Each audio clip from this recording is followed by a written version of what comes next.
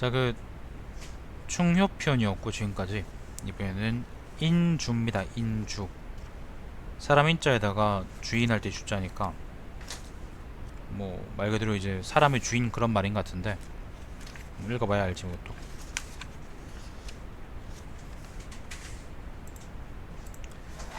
자, 인주편입니다. 인주. 왕으로서 그 일신이 위태롭고 그 나라가 멸망하기 이르는 원인은 대신들의 장록이 너무 고귀해지고 좌우 측근 중신들의 위세가 너무 커졌기 때문이다. 죄송합니다. 잠깐만요.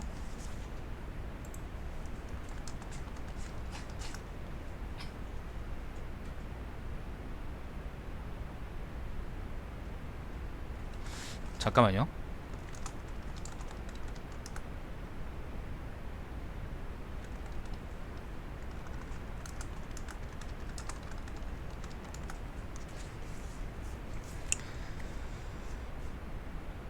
이른바 장록이 고귀해지면, 그러니까 돈 많이 받고 그 다음에 자기 올라지고 자기 높아지고 뭐 그런 거 얘기하는 거지. 장록이 고귀해지면 법을 무시하고 지 좆대로 권력을 휘두르고 나라의 세력을 휘어잡고 사사로이 이익을 꾀하게 된다. 위세가 너무 커지면 권세를 지 좆대로 행사해서 근본을 가리지 않고 사사로이 사은을 베푼다. 사사로이 은혜를 베푼다. 이 두 가지를 잘 살피지 않으면 안 된다. 무릇 히잉거리는 말이 무거운 짐을 실어 나르고 수레를 끌면서 먼 길을 갈 수 있는 바탕은 근력에 있다. 만승의 큰 나라 임금이나 천승의 작은 나라 임금이 천하를 제패하고 제후를 정벌하는 바탕은 그 위세에 있는 것이다. 위세는 그 임금에게 있어 근력이라 할 수 있다. 여기서 위세라는 거는 그 권세인데요. 권세. 법술세 중에 이제 세에 해당하죠. 세. 지금 대신이 위력을 손에 쥐고 좌우측근이 세력을 제멋대로 휘두른다면 왕으로서 그 근력을 빼앗긴 것이다. 여기서 왕의 위세라는 거는 왕의 권력입니다. 왕의 권력. 여기선 근력이라고 해놨는데 권력입니다. 쉽게 말해서 권력. 권력이 없으면 뭘 하고 싶어도 잘 안되죠. 왜냐하면 사람들이 그걸 안 따라주니까. 사람들을 복종시키는 힘이에요. 그걸 법가에서는 통치하는 중요한 수단으로 봅니다. 아주 중요한 수단으로 봐요. 자, 왕이 힘을 잃고 나라를 보존한 일은 천사람 가운데 한 사람도 없다. 범이나 표범이 사람을 이기고 모든 짐승의 왕으로 군림해서 그들을 잡을 수 있는 바탕은 그 발톱과 이빨이다. 양파도 마찬가지죠.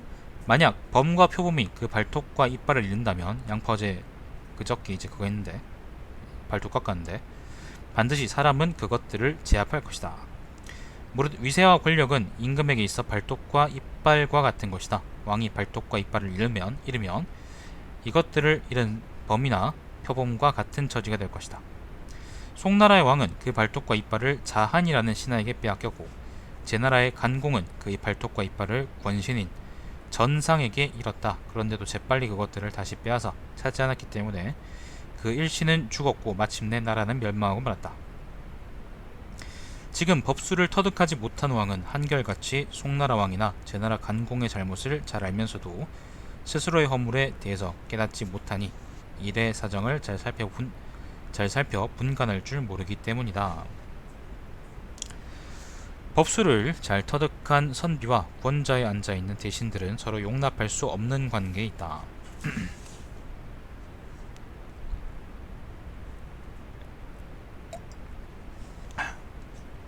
왜 그런가? 왕의 측근에 도수를 터득한 사람이 있게 되면 대신은 지조대로 일을 처리할 수가 없고, 여기서 법수를 터득한 선비라는 거는요, 법가 사람들을 얘기하는 거예요. 법가 사람들. 예를 들면 뭐 자기죠. 한비자 자신. 자, 임금에게 총애를 받는 측근은 감히 권력을 팔아 사사로운 이익을 챙기는 일에 신중하지 않을 수가 없게 된다. 대신이나 총애받는 측근 신하의 권세가 끊어지면 곧 왕의 돈은 세상에 뚜렷이 밝혀지게 될 것이다.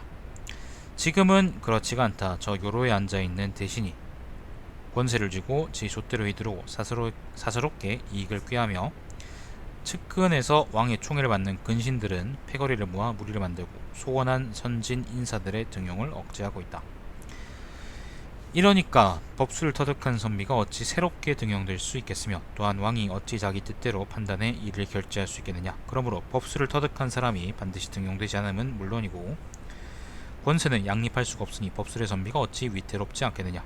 그러므로 왕이 이에 대신들의 건의를 물리치고 측근들이 추천하는 말을 듣지 않고 홀로 법술의 도를 주장하는 말에 귀를 기울이지 않고서야 법술의 선비가 어찌 죽음의 위태로움을 무릅쓰고 진행할 수 있겠느냐.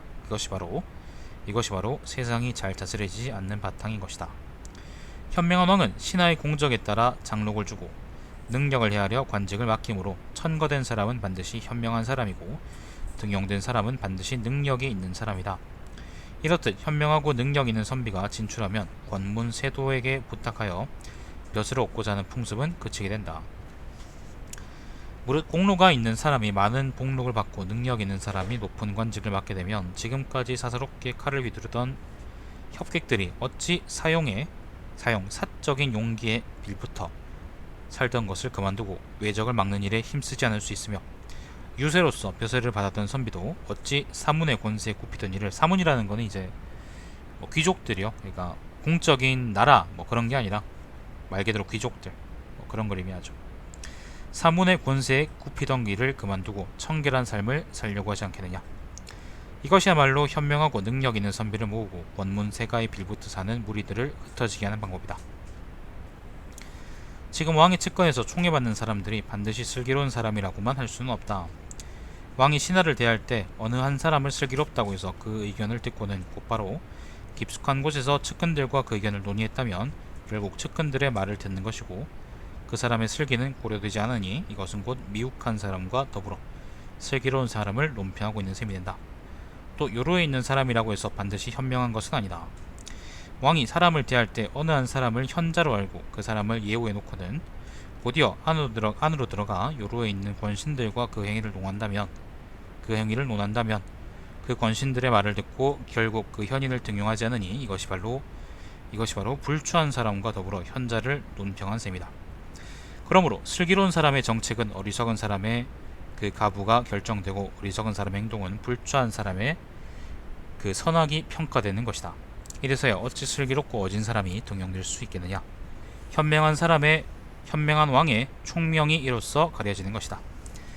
옛날 하나라의 관룡봉이란 사람은 거왕에게 바른 말을 했다가 손발이 잘렸고, 은나라의 왕자인 비가는 주왕에게 바른 말로 간했다가 심장이 찢겨 죽었으며, 오나라의 오자선은 부차에게 충성한 끝에 송루의 칼로 스스로 죽었던 것이다.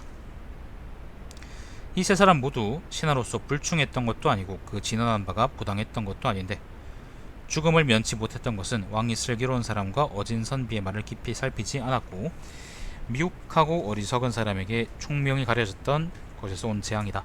지금 왕이 법수를 터득한 선비를 등용하려는 생각 없이 미혹하고 어리석은 신하의 의견만 듣게 된다면 현자와 지자 중에 어느 누가 감히 그 위에 세 사람과 같은 위태로움을 무릅쓰고 그 지혜와 능력을 발휘하려 했겠느냐. 이것이 곧 세상이 어지럽게 되는 까닭이다. 여기까지가 인주편인데,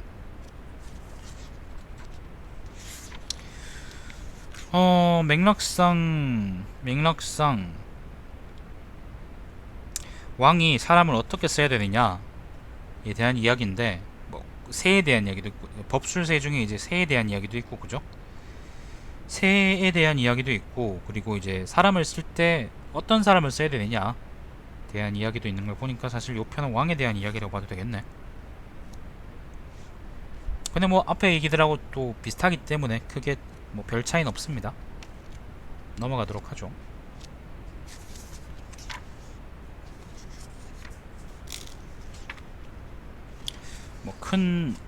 제가 이제 큰 그게 없는 거는 내용이 나쁘거나 그런 게 아니고요. 그냥 앞에서 이제 앞에 편들에서 그냥 꾸준히 계속 반복됐던 이야기라서 그런 겁니다.